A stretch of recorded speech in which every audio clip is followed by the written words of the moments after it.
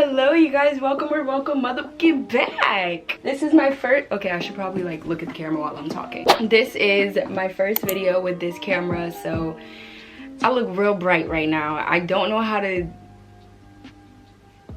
you know, fix the exposure and all that, but I look so bright. Like, I'm bright in real life, but like I look bright right now. I'm actually gonna move the position of this. Okay, so we are gonna be here just so that I need some water. Oh, I got some right here. All right, so like I was saying, welcome back to my channel. Thank you so much for coming back. If you are returning, thank you so much for clicking on this video if you are new here. But without further ado, we're gonna get right into the video. Actually, you know what? I have one more thing to say. I created a book talk, so I'm gonna put it on the screen here. I'm also gonna put the link in the description box below. But now we're gonna get into the video. So the first book that I read, this is actually not going to be in order because I honestly don't really remember the order that I read a lot of these books. I didn't read that many books. I only read 7 books in the month of January. The last like 2 weeks of the month, I was in a reading slump. Not to the point where I couldn't pick up a book, but more so I just couldn't finish a book as quickly as I usually do. So the first book that I did read this year in 2023 is The Hunger Games Special Edition. I just thought this was so pretty. I was like, I have to pick it up. I almost got the complete box set, like the entire trilogy, but I really wanted to get this one because it looked so pretty. But The Hunger Games, if you guys know, you guys know what the Hunger Games is about. I'm not even gonna. Overall, I want to say that I gave this book like a 4 stars. But now that I'm like reviewing it in my head again, I'm gonna go ahead and say like 3.5. Okay, because 4 stars is pushing it. Actually, no. 4 stars is okay. I loved the book. I loved the characters. I did not like the love triangle trope. I don't like that. I don't like love triangles, especially when you are trying to make the reader choose between 2 really good guys. If one of them was like an easy like no, like a walking red flag, then that would be understandable. But both love interests in this book, in my opinion, are really good guys, and I don't think that they deserve to be put in the situation that they have been put in. Yeah, that was the only thing that made this book a no for me, but other than that, love the book. The movie is not as good as the book. When I was younger, I watched the movie, but I never read the book. So now that I've read the book, I can say that the book is better than the movie. The next book that I have is Stranger Things, Lucas on the Run. This book, I gave 5 out of 5 stars. Okay, so this takes place, I want to say after season 5. Yes. This takes place after season 5 of the actual show, so we're kind of like learning about things that we literally wouldn't have experienced in the show. Or I want to say that it takes place. I don't even remember. But we don't really get a lot of like show activity. Like, don't expect to read this book and read... Wait, what am I trying to say? Don't expect to read this book and get scenes from the show. Like, you're not reliving the experience of the show. This book is literally just its own story, but it's so good, you guys. It is so good. It's about the thing that made me really want to buy it, and honestly, considering that it's Black History Month, I think you should all pick up this book. This is basically just about Lucas feeling like the outcast and kind of learning more about being a Black man in this world. And this book, I mean this show, takes place, I want to say in the 80s, right? 80s, something like that. That was a time to be figuring out how to live in this world amongst people who are not the same race as you. So I think that the author did a really good job about telling that story. I typed this up a lot. I was gonna say that I was gonna read you guys some of the pieces that I really liked, but I tabbed this up a lot and I don't want to sit here and figure out what I want to read to you guys right now. But we're gonna figure it out anyways. Oh, so I'm gonna read you guys a paragraph real quick. Your father doesn't hate being Black, Lucas, she says. He's just tired of what being a Black man means in a white world. He should try being the one Black nerd in all of Hawkins High. Mom shifts in her seat to face me. Look, I know it's hard for you that there are things we don't discuss in this house. She massages my shoulder. But I can promise you it's only because we, your dad and I, are trying our best to protect you. We're learning how to raise you in this world, but we're not perfect. We're still learning to live in it too. Oh wait, and then he said something else. He said something else. Okay, he said, by keeping me in the dark about who I am, about my history, we're not keeping you in the dark. No, we're choosing not to burden you. That's all we have, for now at least. But I am burdened, whether you like it or not. I'm still black. Every day I step out into the same world that you're describing. This book was just so good, you guys. That right there is just, that is probably conversations that people still have to this day, because being a black man in a white world, even in 2023. But yeah, that book I gave, you guessed it, 5 out of 5 stars. I definitely recommend to literally everybody, but especially if you are a black girl or a black boy, you know.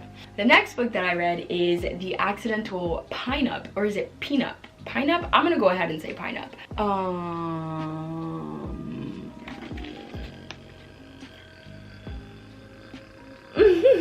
There you go. So this book was actually really good. However, after I finished, I want to say this book, after I finished Stranger Things, for whatever reason, it was so hard for me to pick up another book. I picked up this book in December actually, and I only read like 4 pages of it and then started reading another book. And for whatever reason, when I picked this book up again, it just took me a really long time to finish it. It took me, I want to say, over a week or almost a week, one of the two, but it usually doesn't take me that long to finish a book. Like I was saying earlier, a reading slump for me personally is not when I'm not able to read at all, but it's more so when it's just taking me a long time or longer than usual to finish a book. But I think that this book was really good. Overall, I rated it, actually, let me tell you guys what it's about first. So, or should I just read you the synopsis? No. So the main character, her name is Cassie. She is a photographer, and her best friend is a model and owns her own like clothing line. Then her best friend ends up pregnant, and she has a very high risk pregnancy. So she gets put on bed rest very early on in her pregnancy, and she's not able to finish the campaign that was going on with her lingerie brand. So Cassie becomes the model instead of the photographer. I loved the way that they worded it. They were like, she finds herself in front of the camera instead of behind the camera, and that's literally what happens. She just becomes a model basically. In the process, she obviously cannot take her own picture. Well, I can't say obviously because you're very much capable of doing that, but in this situation it wasn't ideal because it's an entire campaign. So she needed a professional photographer to be taking these pictures of her, who just so happened to be her rival. And it's kind of like an enemies to lovers sort of thing. And I definitely will say that this book kind of made me fall in love with the enemies to lovers trope. I have yet to read any other book where they were like enemies to lovers. Or did I? I probably did. I thought overall that it was a really good book. I automatically pick up a book, or I'm not gonna say automatically, but for the most part I have an interest in any book that has a black girl on the cover. So yeah, that's why I picked it up. And I think, I want to say overall I rated that book a 3 stars, but I genuinely think I only rated that book so low because I was in somewhat of a reading slump when I was reading it. I feel like had I consumed the entire story in a shorter amount of time, then I would have loved the book a lot more. But I would say that my today rating is like a 4 out of 5. 4 out of 5, for sure. That was a really good book. It was a really good book. The next book that I read is Someday Maybe. This book is this book is really good, you guys. This book is really good. I will say that if you're not like an intellectual person, I don't even want to say intellectual, but if you're not a person who just, what is that word? I really don't know what word I'm looking for right now, but me personally, I am really big on mental health, and this book portrays that very well. It is about a girl. Her name is, I forgot what her name is. I don't know why it's not even in the synopsis. Like, why would you do that? Eve. Her name is Eve.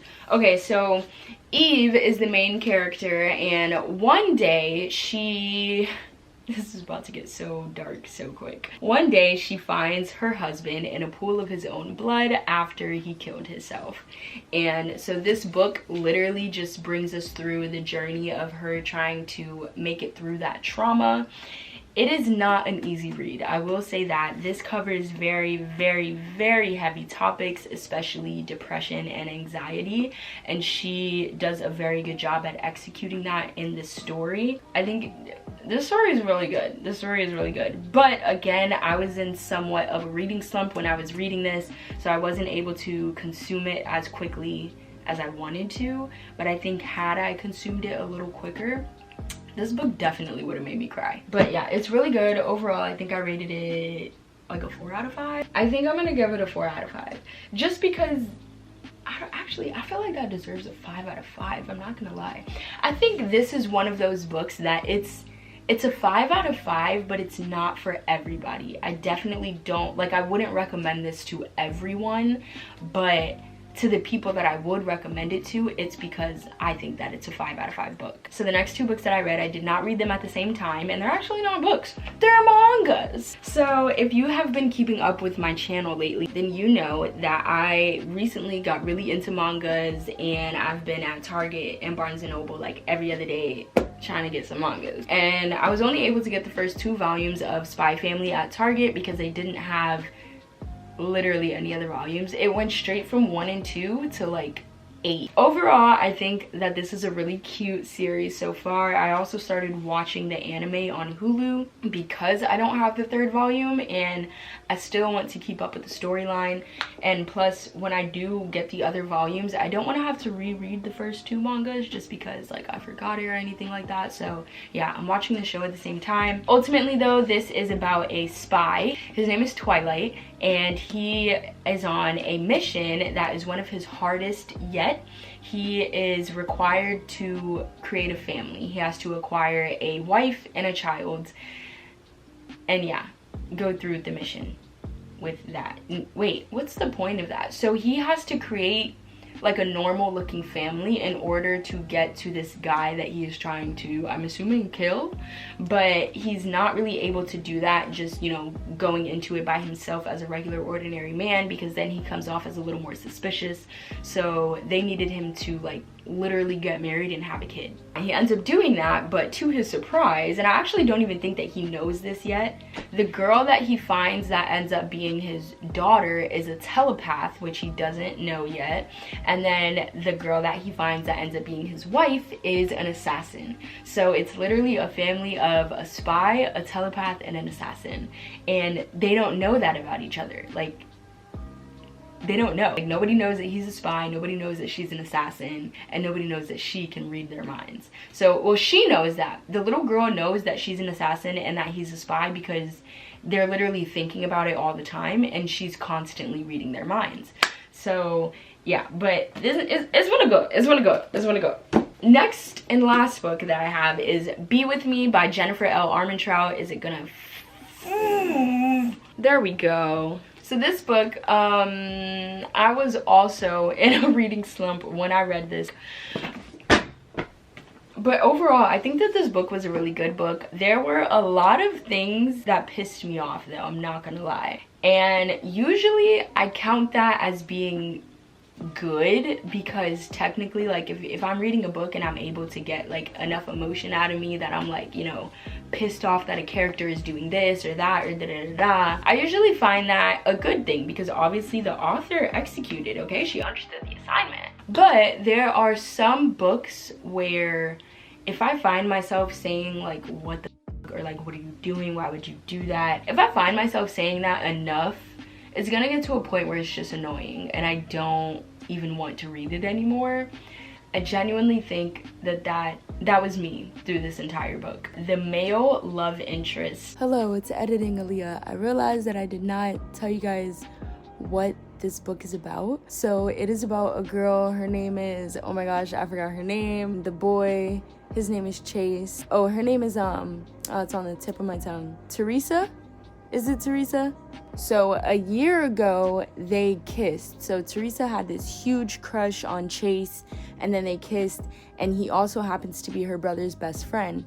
and after they kissed, they stopped talking and like kind of became strangers.